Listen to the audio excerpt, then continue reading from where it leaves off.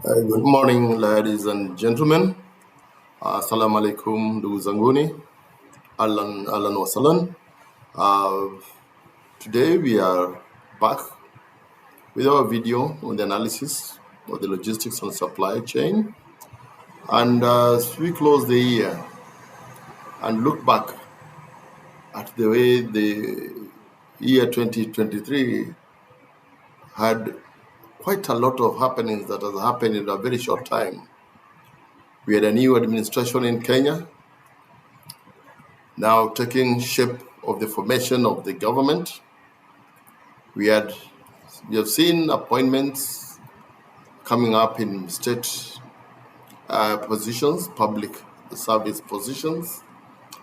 We have seen how the impact of all these changes that are taking place are affecting freight and the movement of freight along the corridors, supporting both the Mombasa and the Lamu ports.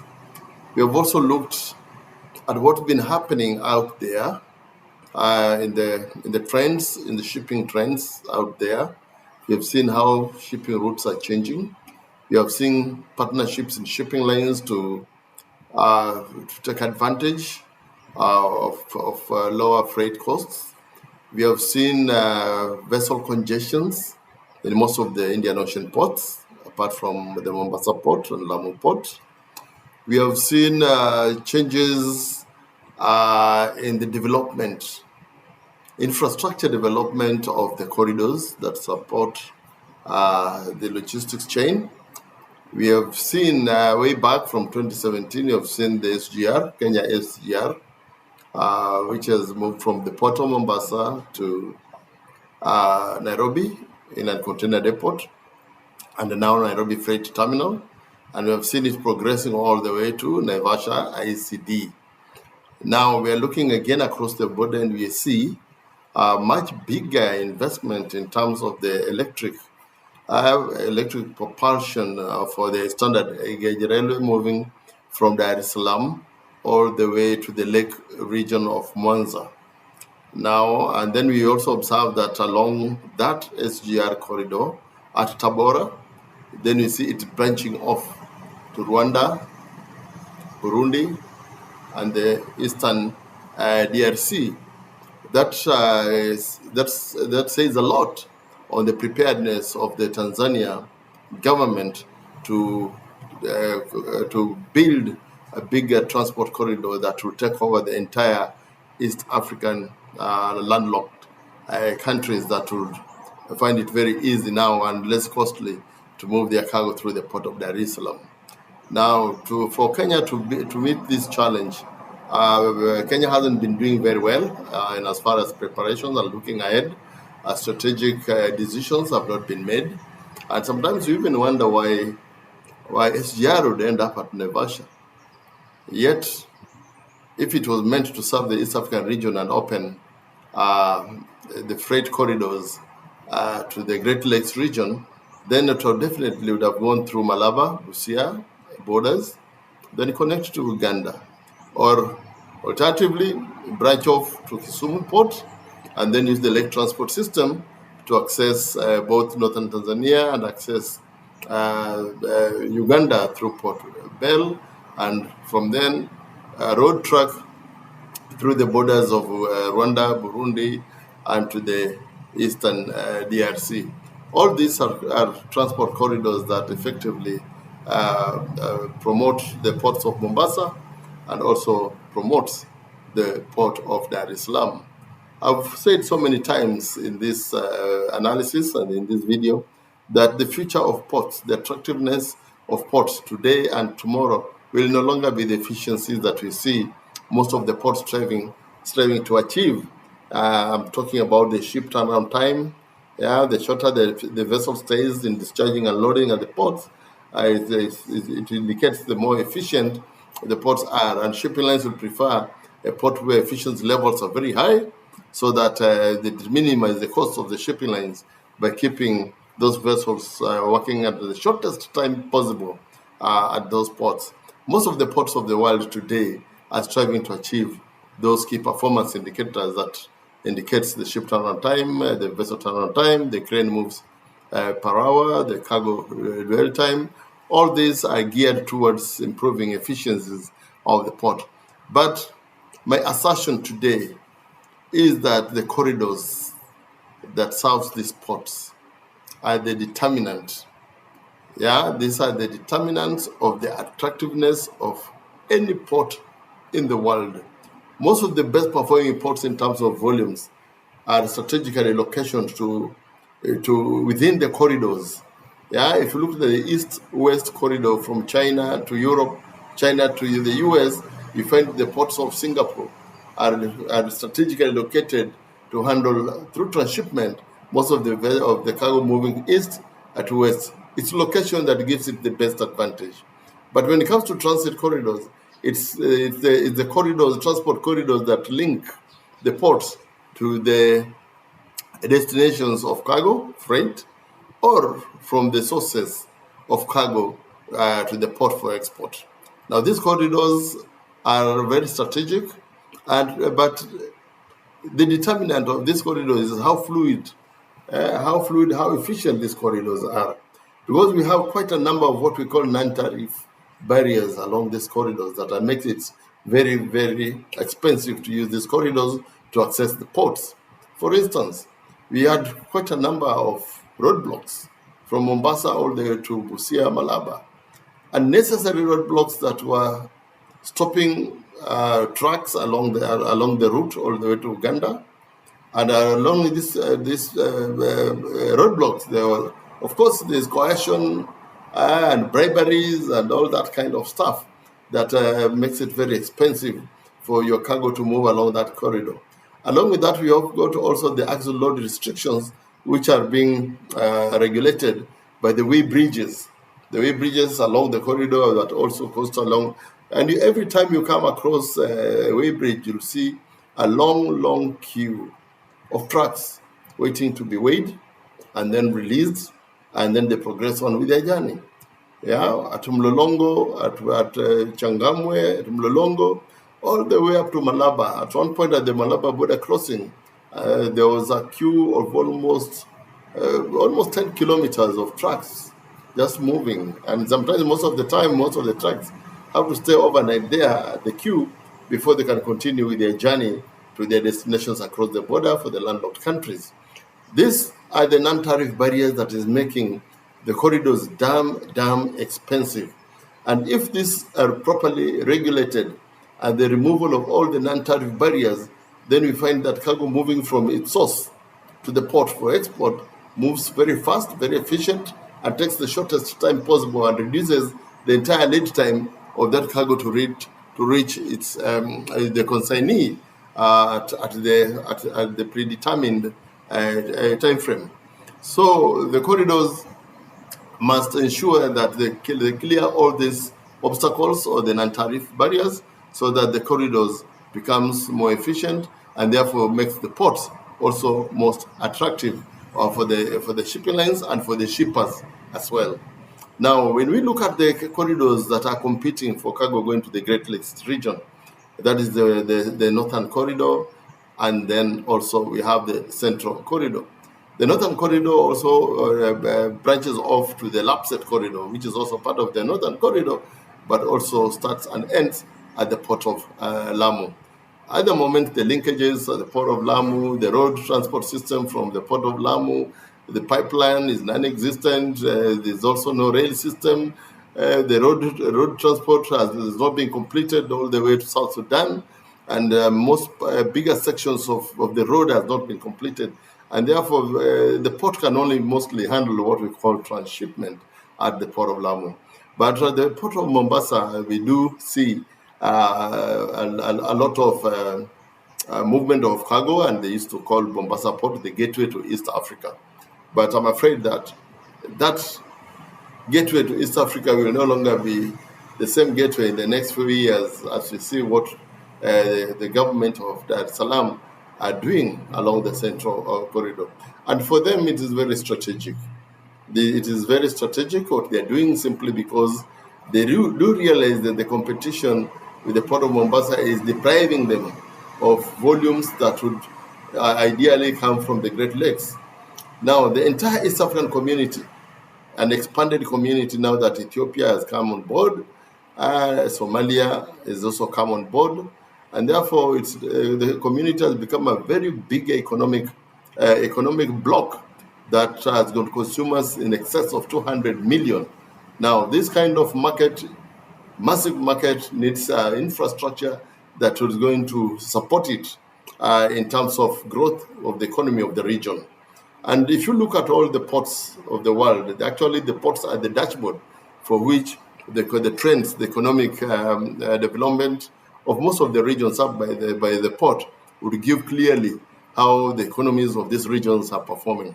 If you go to the bulletin of statistics at the port of Mombasa, then you'll be able to discern very clearly the region's economic growth, both in Uganda, Rwanda, Burundi, Kenya, for instance, through the volumes of imports and exports that are passing through the ports.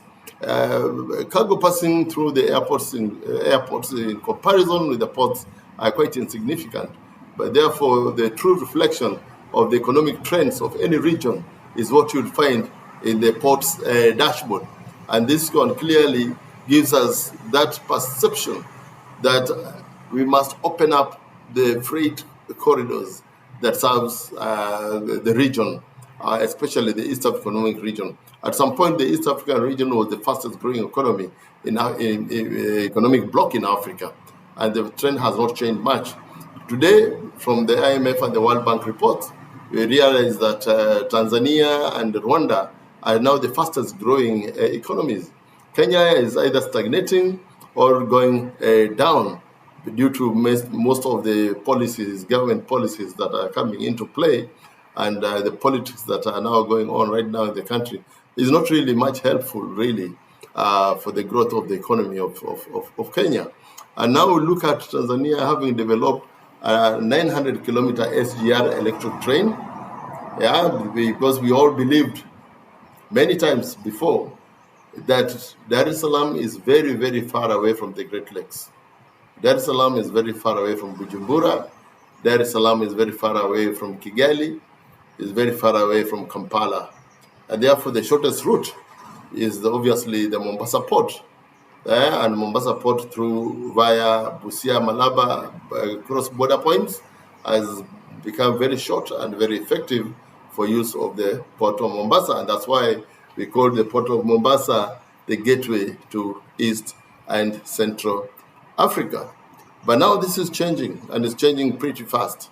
It's changing pretty fast because it seems like the government of Tanzania is slowly and painstakingly building its projects and infrastructure in a very strategic manner, in such a manner that most of the East African countries don't seem to realize the projects that Tanzania is doing.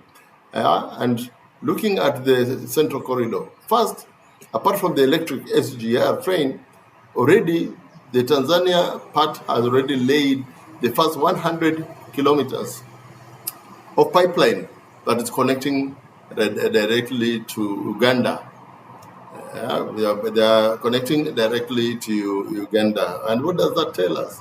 It tells us that Uganda has been depending entirely on the Kenyan pipeline to move fuel cargo from Port of Mombasa all the way to Uganda, but mostly at the Eldoret depot and at the Kisumu depot, and then road truck all the way to Kampala.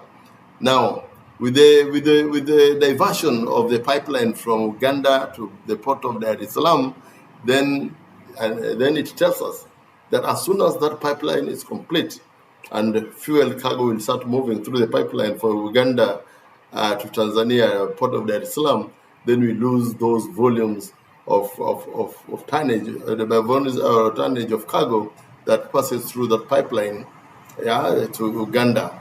And that means a total reduction in the volumes of liquid cargo passing on transit passing through the port of Mombasa. Now, the SGR is meant to cut the distance by half.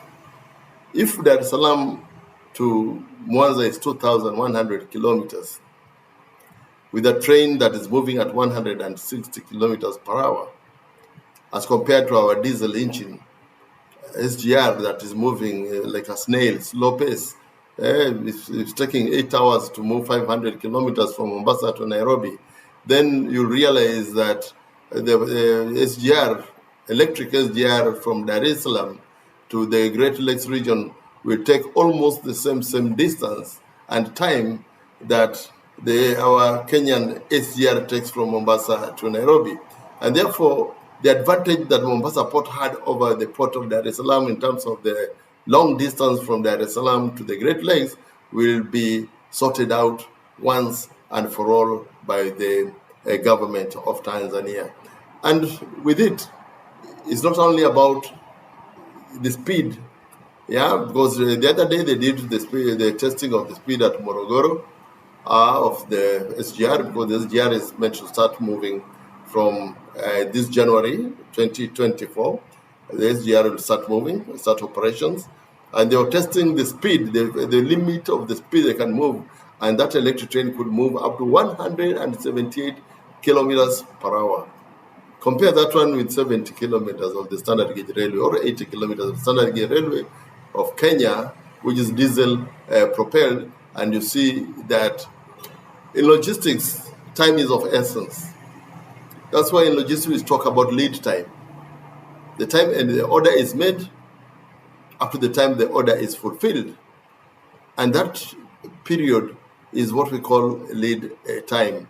And therefore, as cargo moves along the supply chain transport system, then time is basically of essence. And if you can move your cargo at 160 kilometers per hour, then you can always predict the time frame for which you can achieve or can attain the lead time for your cargo. So as we lose our superiority in the logistics chain from Kenya, and Tanzania gains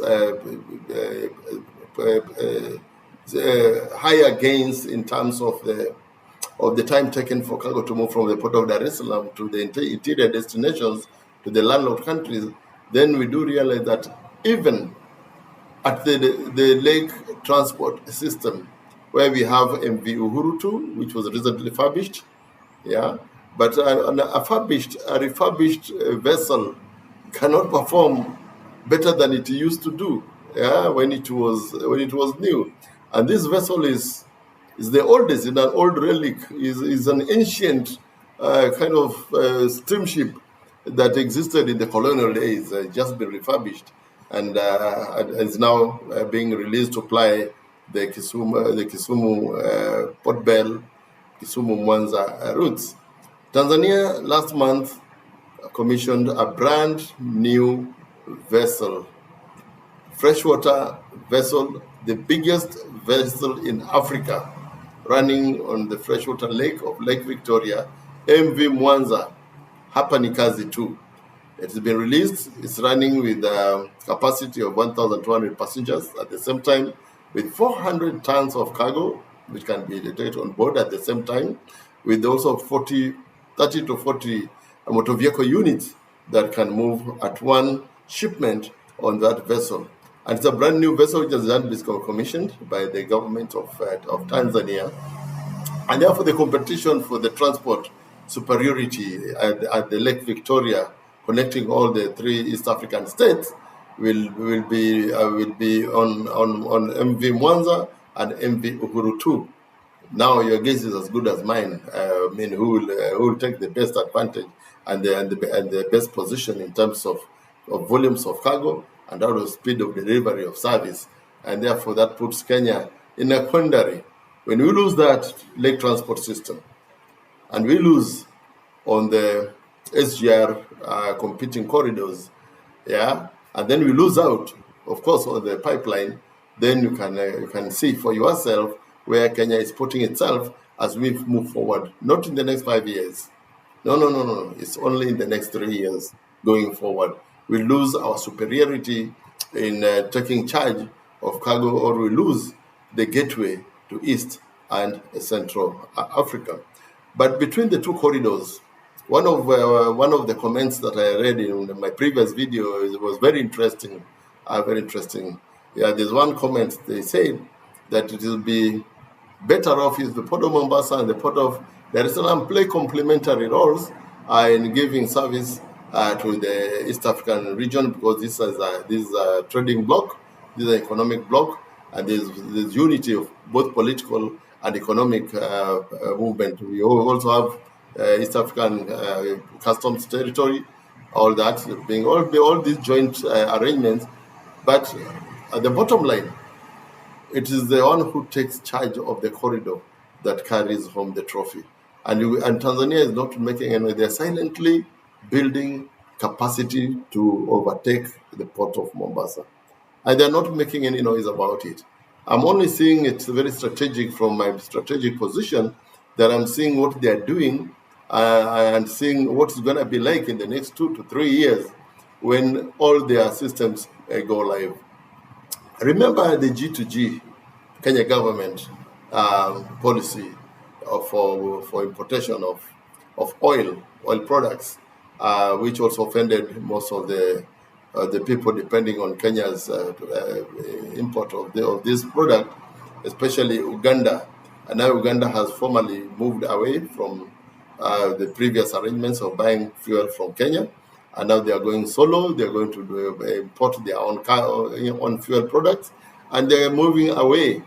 They're heading to the port of Dar es Salaam to have all their oil imports, cleared through the port of Dar es Salaam. What does that tell us? That some of the policies that we make without consideration of how it impacts on other people or on other stakeholders, now puts us in this situation where now we are losing volumes and billions of dollars worth of investments by just simply making government policy decisions that has got far-reaching implications in the entire supply chain. Now, as Uganda drifts away, automatically Rwanda, Burundi, and the Eastern DRC will automatically drift away. And we have brought in the South Sudan, also part of the East African community.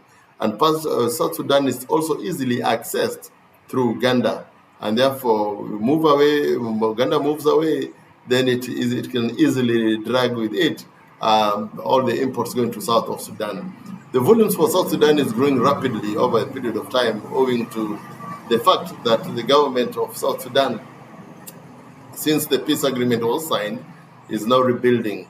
There's a lot of project cargo coming in through the port of Mombasa. There's a lot of shipment. There's a lot of investments in services going through the South Sudan and also through the port of Mombasa. The port of Mombasa have witnessed a big growth in those volumes heading towards South Sudan. Now, should we lose these volumes again through Uganda and then the port of Dar es Salaam with the shortened period through the electric train of the SGR, then the port of Mombasa remains with only local cargo. Local cargo will also be shrinking. Yeah, I'm giving a very sad tale about what's going to happen. The local cargo will start shrinking again because of the economic hardships that Kenyans are facing, especially Kenyans in the middle class or the small and medium enterprises are facing. SMEs are facing serious importation bottlenecks arising from higher taxes that have been imposed by the government. Now, imports are becoming fewer and fewer. The SMEs, some of them are closing down and all that kind of stuff. And that only means then that the local volumes for Mombasa will also start diminishing in the next 2 to 3 years. And then considering that Uganda will also be moving away in the next 2 to 3 years to the port of Dar es Salaam, carrying with them Rwanda, Bujumbura, and also the DRC and South Sudan, then Kenya will be left to be a small feeder port, both in transshipment and also in transit. And this impact will have far-reaching effects, not only on the employment status of the region that is served by the port of Mombasa, for instance, the coastal region of Kenya. The impact will go far-reaching to way back, right to the the treasury in terms of the revenue by the government. We also know that now the DP World has taken over the port of Dar es Salaam. They're 1 month old, and we've been bragging for the last 1 month on the congestion at the port of Dar es Salaam. Yeah, and we were saying this is a windfall for the Mombasa port, and we were even celebrating and saying the Kenya Mombasa port must seize the moment. You know, they should just jump at this opportunity that has presented itself with the congestion of the port of Dar es Salaam. But this is an event that can't last forever. With the DP World coming on board, the first thing they will do is to ensure they put in strategies that will ensure that there will be no more bunching of vessels at the port of Dar es Salaam. There will be no vessel congestions at the port of Dar es Salaam. There will be no more terminal or port congestions. There will be no more gate congestions.